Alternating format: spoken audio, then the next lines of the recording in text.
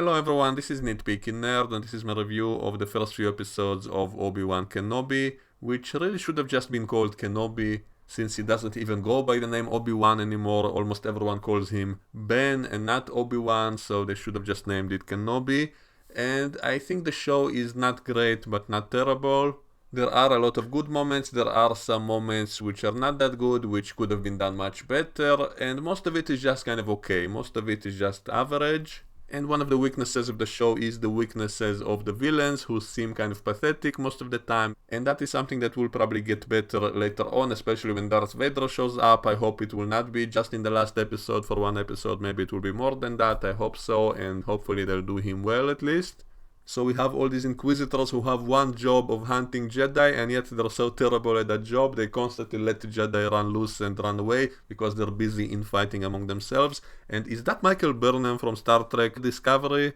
Did you ruin this too? I'm just joking, of course, but you cannot help make this comparison, not just because she's visually similar, but because of the way the character is written, as if she's a victim of the patriarchy and she's been oppressed and she has to overcome that and prove herself to be the best ever, and those kinds of elements, which are not necessarily a bad idea, but it's the execution of them which makes it all feel silly, because she's constantly arguing with her superiors and disobeying them, just like Michael Burnham in Discovery.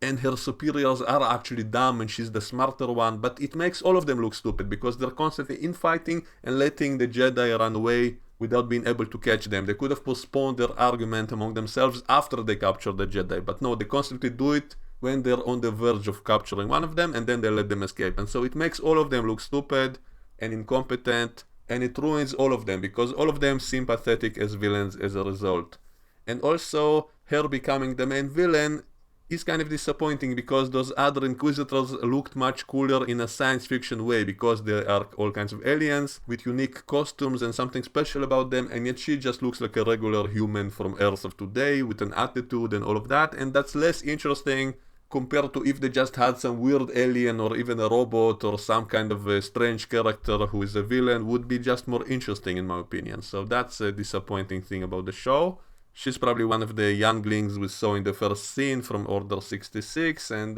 probably will get more flashbacks explaining how she was turned to the dark side to hunt other Jedi, so maybe it will be interesting. I'm guessing Kenobi will be able to somehow turn her back to the light side, and obviously she'll die by the end of the show because she wasn't in the original movies, and that's another problem, that as a prequel, this show raises all kinds of problems, such as how come Leia didn't seem to remember meeting Obi-Wan 10 years before A New Hope. The way that her holographic message she sent him in A New Hope didn't have any mention of the fact that she knew him personally is kind of a problem, and I don't buy the excuse that maybe she doesn't know that Ben is Obi-Wan, since she actually heard people call him Obi-Wan in the second episode of the show, or some of the villains call him Obi-Wan when she was there with him. So there's no way that she doesn't know he's the same person, and so that is a slight continuity issue, but it's not a direct contradiction because maybe she simply didn't mention it in the message, but it doesn't mean she didn't know that. And she didn't physically meet Obi-Wan in A New Hope because by the time she was rescued he was fighting Darth Vader and got killed off, so they never actually met again in A New Hope, and so there's no direct contradiction. I'm guessing by the very end of the show he will also probably meet the young Luke, because Luke did know who he was, as if he did meet him at least one time in the past. So I'm guessing there will be one scene in the end in which he does meet the young Luke and probably give him that gift of that toy starship which we did see Luke play with in A New Hope.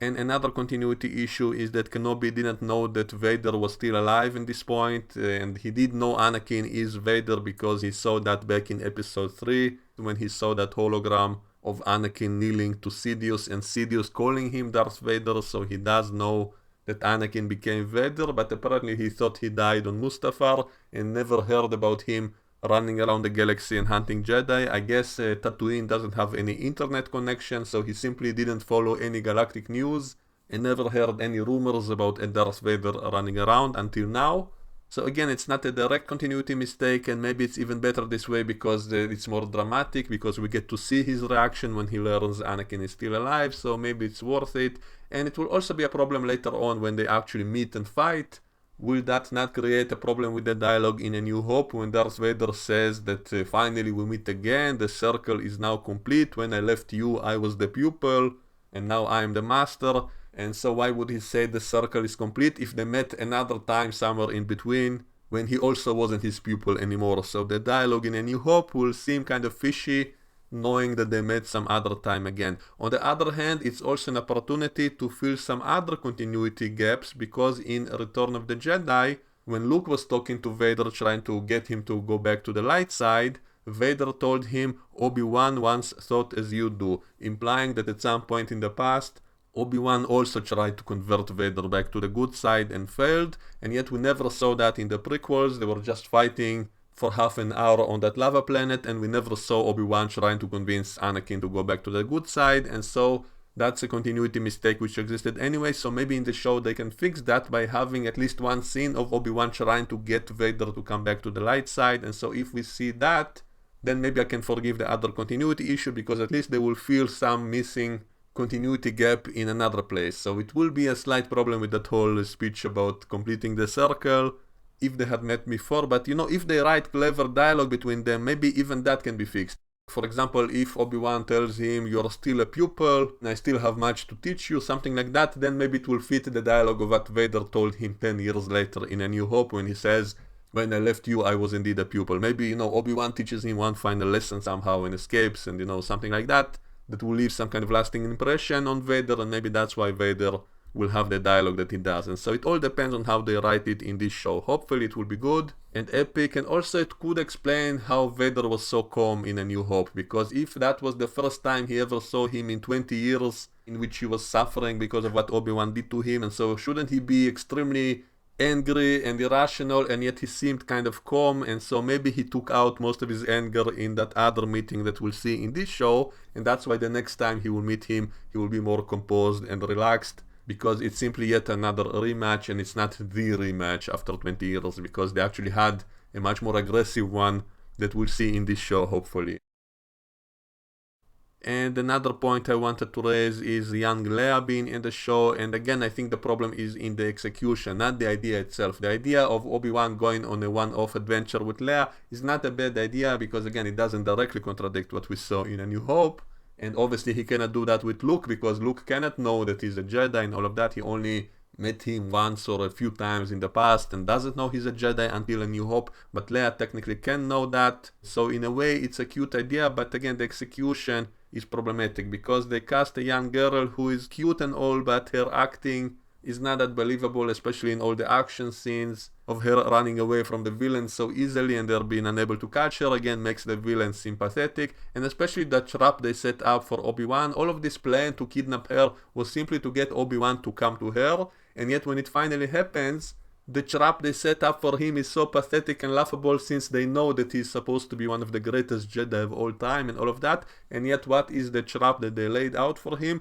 Simply put a fake Leia in a cell to wait for him to get there, and when he gets there the door doesn't even lock on him, there is no sleeping gas, there is no bomb set to explode when he's there, or some way to neutralize him. No, the same mercenaries who had trouble capturing little Leia are the same ones who go into this room when he's there and point guns at him. And why don't they simply stun him with a stun weapon or something like that? No, they simply aim weapons at him, they taunt him, and then they allow him to take a vial of spice out, to show it to them, to throw it to the floor, and then to escape, all while they were pointing guns at him and never firing. I guess the orders were to capture him alive, because Darth Vader wants him alive or something, so I could buy that, but why not use some kind of stun weapon against him? Why only 3 pathetic mercenaries who could barely capture a little girl? They're the ones who are supposed to capture this Jedi, who is one of the strongest Jedi of all time, and that was the trap. So things like that make the villain seem extremely pathetic, and it makes the hero less heroic as a result, because if the trap was harder to get out of, it would make him look better as well. So the whole show seems kind of lazy and average and not really as epic as it could have been. Visually, I think the show is good, and I also kind of like that scene of that fake Jedi pretending to be a Jedi by using simple tricks and nonsense, because it fits that dialogue of Han Solo in A New Hope, when he said Jedi are not real, that they're basically con artists using simple tricks and nonsense, and we get to see that in the show with this guy who pretends to be a Jedi. So I like it for that bit of continuity connection. On the other hand, it's another problem because if there are all these Jedi hunters running around trying to capture and kill any Jedi, then why would con men try to pretend to be Jedi if that's the case? And so it's a little bit of an iffy continuity mess, but overall I like the idea, but the execution again is not really that great. And also the way that con artist character immediately turned out to be a good guy, even though he was scamming people for money earlier, but suddenly he has a heart of gold, suddenly he redeems himself, suddenly he sacrifices himself to save the real Jedi. So all of it felt kind of rushed and strange and undeveloped. And Leia herself, who was set up as kind of a clever character for her age, and all of that was great, but then she suddenly became stupid when she suddenly decided that Kenobi must be the real kidnapper, and tries to escape from him, even though he's actively protecting her from people trying to shoot at her, and she sees that, and she still tries to escape from him. So none of that made any real sense. And only after he uses his force powers on her, only then she believes he's a Jedi. So I guess that part was okay. And in a way it could explain her belief in Obi-Wan Kenobi in the original movie, because why would she risk everyone and everything on trying to contact this Kenobi character if she didn't really know that he's a real Jedi? I guess in the original it was only because her father convinced her, but now that we know that she actually met him physically and knows he's a real Jedi and knows his powers and all of that, maybe that's why she believes in him so much in the original movie. So again, if they do it right, if they tie things correctly, maybe all of it can work. And it was a little bit strange how fixated he was on watching over Luke, but didn't seem to care about Leia that much in the beginning, because at first he refused to go out and save her. But isn't she technically just as important as Luke? If he plans to make Luke into a Jedi in the future, why is he not planning to do the same with Leia? When she grows up, how does he know that she doesn't have the same potential and all of that? So shouldn't his plan be to train both of them in the future when they're old enough? So that was a little bit weird how he didn't seem to care about her at first. And speaking of Leia, it was nice to see her on her planet Alderaan, which got blown up later. And there's also another continuity issue when she said that her father will send a whole army to rescue her, and yet in A New Hope she said her planet doesn't have an army. She said her planet is completely civilian with no weapons and all of that when she was pleading to Tarkin, and yet in this show she expects to be rescued by an army. So I guess maybe as a little girl she didn't know her planet doesn't have any army, so that's also a small continuity issue. And also her little droid friend kind of reminds me of those robots from the movie Butter Is Not Included, who look like little flying saucers, some of them with tiny legs, and they also had little tools inside of them and they could fix anything and all of that. So her little droid in this show looks suspiciously very similar to that. So I'm hoping the show will get better, I'm hoping it will be epic, I'm hoping it will all fit in the end continuity wise. So that's my opinion on all of this. Let me know what you think, and we can discuss all of this in the comments below. And I will see you all next time. Bye bye.